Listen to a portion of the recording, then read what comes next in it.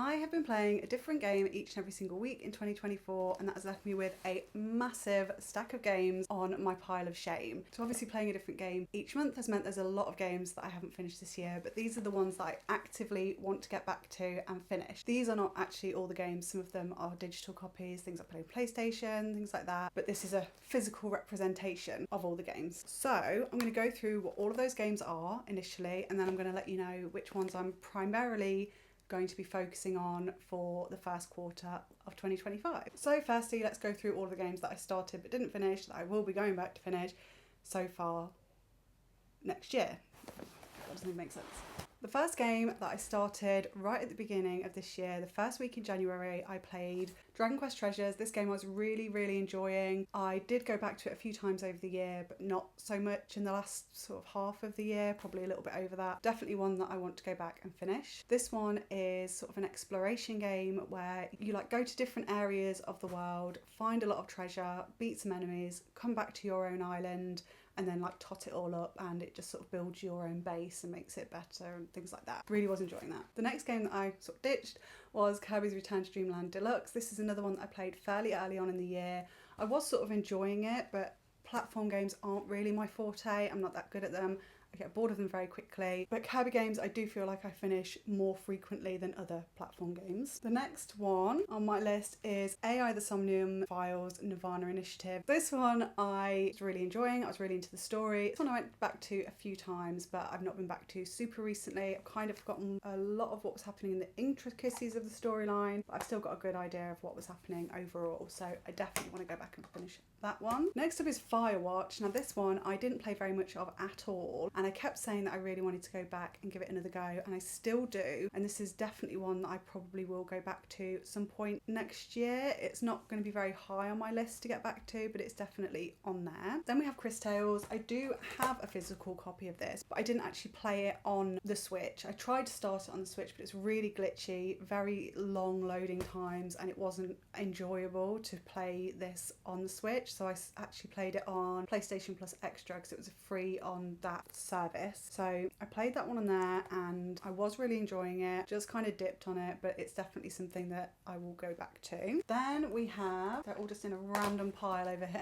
Then we have Yokai Watch. This one I was loving, playing it on my 3DS. It is still in my 3DS because I did kind of go back to it a little bit, but not really in any meaningful way. This is definitely one that I'm going to go back to next year. I'm going to be going back to playing my games a little bit differently next year, the way that I used to, which is kind of playing multiple games at once, but I'm going to do a whole video about my 2025 plans, so I don't want to get too much into that, but Yokai Watch is definitely top on my list for 3DS games. Next, then we have Little Kitty Big City, which I played on I played on Xbox Game Pass. Really enjoying Little Kitty Big City. It didn't grab me as much as I kind of hoped that it would, but it's still one that I would like to go back to and play a little bit more of, so that's also on my radar, but perhaps a little bit lower down on my radar. The next one is Princess Peach Showtime. This one I'm really looking forward to going back to. It's one that you can kind of dip in and out of and play a couple of levels here and there, and that's perhaps the reason why I didn't complete so much of it on the week that it was my game for the week, because it was like a very dip in and out. I'd play a couple of levels and then put it down, and then I'd play a level and put it down, and I just never really dug into it. So yeah, this is definitely one that I want to go back to and play some more of. Then we have another 3DS game. This one is Legend of Zelda Ocarina of Time. This is really one that I want to go back and play more of. Obviously all of these games, so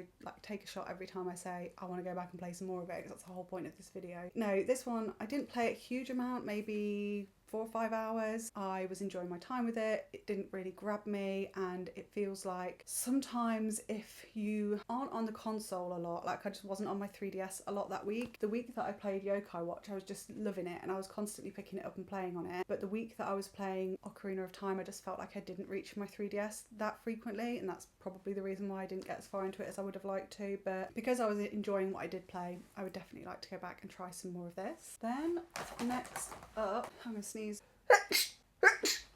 Oh, so then next up is Bravely Default 2. I played this on my Switch. I cannot find the game box for it. I have got the cartridge, but I can't find the box. I know I still have it, but I just don't know where it is. But this is another one that, to be fair, the week that I played this, I was really sucked into it, and I think I played a shorter game the following week, so did go back and play some more. But it was just that sort of 2-week chunk that I ended up playing Bravely Default 2. I really enjoyed it. Big RPG, very nice grindy sections, which I love in an RPG, and yeah, definitely one high on my priority list to get back to and play some more of. I appreciate it's quite a big time time sink, so it's going to be difficult to juggle that, but I really want to finish that next year. And then the final one, which is my current game that I'm playing, I've actually kind of abandoned the challenge. I've done it so far this year.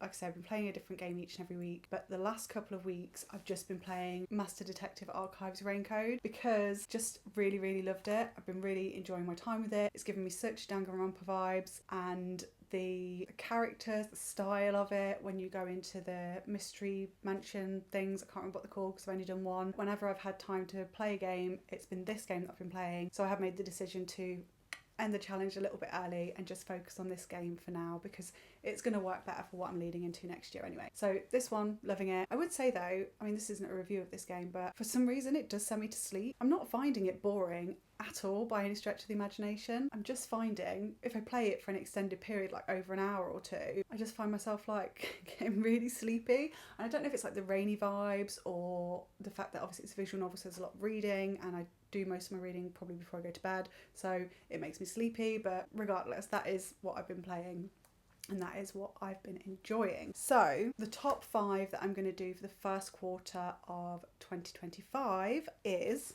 no surprise to anyone, Master Detective Archives Raincode. I don't think I'm going to finish this before Christmas just because I don't make enough time for gaming, so my hours availability is quite limited, so that's probably going to be where we are with that. Then I'm going to do, what's PPS mean? Oh, Princess Peach Showtime. And then I'm going to pick up and play some little bits of Princess Peach Showtime. I'll probably maybe play these two in conjunction with each other, maybe sort of flip-flop between them, or I might focus on one, then put the next one in my Switch. My 3DS game that I'm going to have on the go is Yokai Watch. I cannot wait to play this game and get back into it. I hope I can remember where I was storyline-wise, so I don't have to replay too much of it, but Yokai Watch. And then I think I'm going to probably focus on Princess Peach Showtime first, and then once I've done that, I'm going to start Return to Dreamland and carry on with that, because I feel like these two are very similar. Like I can play a little bit and then give up, and then play a little bit and then give up. So these are going to kind of be one after the other. And then finally, I'm going to play some Dragon Quest Treasures. I'm really looking forward to getting back into this and figuring out what was going on. I'm hoping I can remember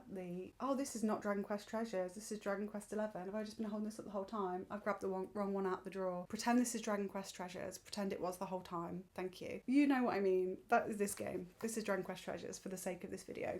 So those are the top 5 that I'm going to be working on for the beginning quarter of 2025. I'm hoping that I can kind of get quite a few of these games finished next year. I've only got 11 on my list and I'm picking 5 for the first quarter.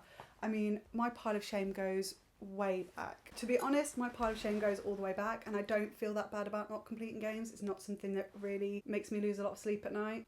I always just think as long as I've given a game some time, had a go with it, you know, whether I feel like I've got my money's worth out of it is my main prerogative for gaming. I'm not too bothered if I don't finish anything, but equally, that is a lot of games that I've added to my pile of shame this year. I think the oldest game that I've got on my pile of shame that I realistically, genuinely in my heart believe I will go back and finish is Ni no Kuni on the PS3. I've not touched it in years. The PS3 was still living downstairs when I started playing it. For some reason, I just feel like, yeah, one day I'm going to go back and finish that. If you've watched this video this long, let me know what your longest running pile of shame game is that you genuinely think you will go back and finish.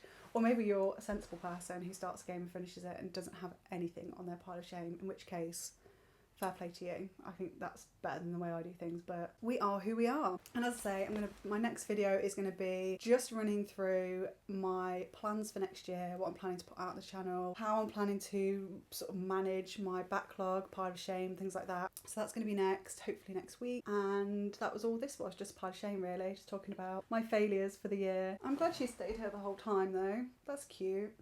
Aww. Anyway, I will be back with another video soon and I will see you then.